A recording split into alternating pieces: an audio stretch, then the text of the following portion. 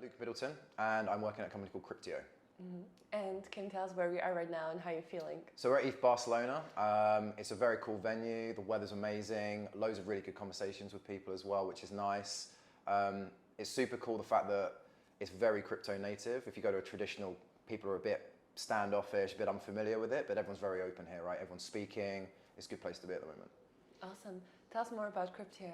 Yeah, so Cryptio is a back office solution for enterprise accounting and reporting. So anyone that has any form of transactional on-chain transaction data, we essentially do all the accounting and reporting for that. So if you look at people like MetaMask, 1inch, for example, we manage all their back office, whether it's reporting, whether it's accounting, reconciliation. We manage that entire kind of sub-ledger piece, which is then synchronized into their general ledger. Why is it important to solve this problem? Yeah, it's a great question. So with more and more regulation kind of changing at the moment in the market, it is inevitable that people are going to start focusing a lot more on the crypto space as it grows and grows. And there's been this kind of like good enough mentality around accounting and reporting within the space of blockchain, right? It's kind of like, well, just it's a hidden kind of piece. And with regulation maturing, it is so important for organizations, bigger institutions, these high conviction based crypto natives to, one, have a true understanding of all of their transaction data retrospectively as well as historically. So not just from an accounting reporting, well, 101 accounting reporting, tax, but also how are these businesses then making data-driven decisions? What if they're looking to raise money, right? They need to be understanding of what's on their balance sheet and their P&L so that they can then take this to the VC and have confidence that they're able to obviously grow as a business. So it covers a number of different use cases, but it's become more and more prevalent. And we're seeing more and more constructive conversations with the larger organizations now that regulation's obviously speeding up a bit, given FTX and all that good stuff that happened last year. Yeah, and that relates to this year's Eth Barcelona's team as well. Last year was all about like optimistic solar bank. This year it's also lunar bank, which is more about privacy and security. So what has been your personal reflections of what happened over the past year in the market? So there's two sides to this coin. I think it really sucked for people that got caught out on it and like lost a lot of cash and stuff, right? And it had a lot of ripple effects from a mass adoption perspective. It created even more of a stigma around, people look at it just as crypto, but blockchain in general. The flip side of that is if you want institutional adoption for blockchain to grow, the institutions, the sovereign funds, they have to have exposure to this world. And it's what it has done as a positive, if you can take anything away from that, is it's sped up the process of which regulation is now coming. People say it's a good thing. It's never a good thing, but from an adoption perspective, it's an absolute need. And what it has done is it's making organizations, these new startups, so on and so forth, think about not just around their projects and what they're doing in crypto, but how can we kind of breach the gap between the TradFi Web 2 world to Web 3.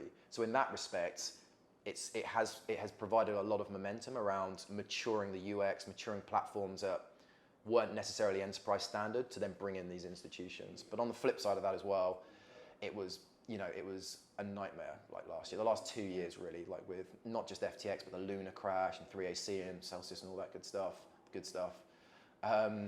It has created a stigma. So if you speak to people that don't have too much exposure to blockchain, they'll look at it just as, oh, that monkey NFT, or, oh, I kind of heard of Bitcoin, but it's just based on nothing, right? And it's creating a bit of a bad image because, this essentially is going to be the infrastructure of the future. And we need people to embrace it and kind of have an understanding of what the underlying principles are of blockchain. So in light of all that, what do you want to see more of in the Web3 space? I want to see more institutions coming into the Web3 space. Obviously from an adoption side of things and a selfish thing. I think a lot more events like this, open conversations, people, it's such an early space. You need people having these open conversations about how does this work? How does that work? How can we help you? Like where our experiences lie and growing it. I think more of that needs to occur. I think regulation does need to mature in this industry as well. We're moving, but it's going to take some time.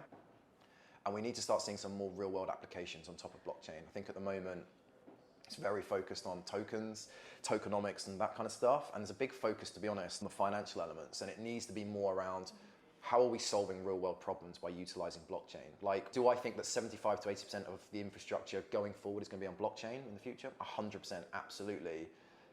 But we need to start applying it in more kind of serious use cases, if that makes sense, versus just DeFi and so on and so forth. So there's a number of facets to that question. It's just, we need to see more people working with each other to create these kind of environments that are nurturing growth.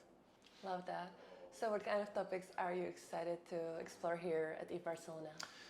So I came with an open mind, to be honest, but I've heard some super cool stuff that's going on. Again, people are so open. People are coming along and really kind of giving a bit of an overview in terms of what they're doing. It's also, going back to one of your earlier questions as well, a lot of people are coming up to being like, we need to mature. We need platforms like a Cryptio, for example, to be able to grow and understand what regulation means. So that's quite reassuring to hear that. But there's a couple of people on the booths here that I want to go and have conversations with. We've got a five-a-side tournament tomorrow, like a Web3 football tournament, which will be interesting. And just catching up with some familiar faces as well, and just like getting to understand, being in the heart of it is like such a good place to be, because you come away with it with a good vibe, and you really do have an understanding of what people are doing. How are we really pushing that needle? And that's kind of what I'm trying to take from this anyway. Great. My last question, what excites you the most about the future of Web3? I think every improvement on product, no matter what use case it is or what vertical, is amazing to watch. Because if you really think of the underlying value of blockchain is that peer-to-peer connectivity, right? And every single time that we can evolve a product, we're making massive steps to economic distributed value across the globe. That's essentially what it's there to provide people with. So when you're starting to see more and more of these dApps pop up and surface and provide real use cases, that's the exciting part, because that does draw attention from a media perspective, and that's what's needed to move. So I think a lot more kind of like real world use cases is going to be super exciting to see, and how it evolves. I'm also very interested to see how the institutions are beginning to move across into this world. Like Bank of New York Mellon released a self-custody piece with Fireblocks maybe 6 months ago. They were kind of the first bank to move. And it's now interesting. It's like a chessboard, right? It's going to be interesting to see how this kind of moves, because the moment they do come, that ripple effect is going to occur, and that's when this is going to accelerate. So people need to build now, get it right as early as possible, for when this market does turn and institutional adoption comes, they have the infrastructure ready to take on that scale. And that's the bit that's cool to watch. It's going to be exciting developments over the next few months. Every week, it changes every single week, right? Like just working at, coming from like the tech background into crypto, we make product iterations on like a daily basis. Like you just don't see that in places like a Salesforce or something. So being as close as that to the market and listening and seeing material changes on products, and it doesn't have to be crypto, it can be anything, is amazing to see, because we're at that point where you can pivot or persevere very easily, very flat structures, and it's just refreshing to be around things like that.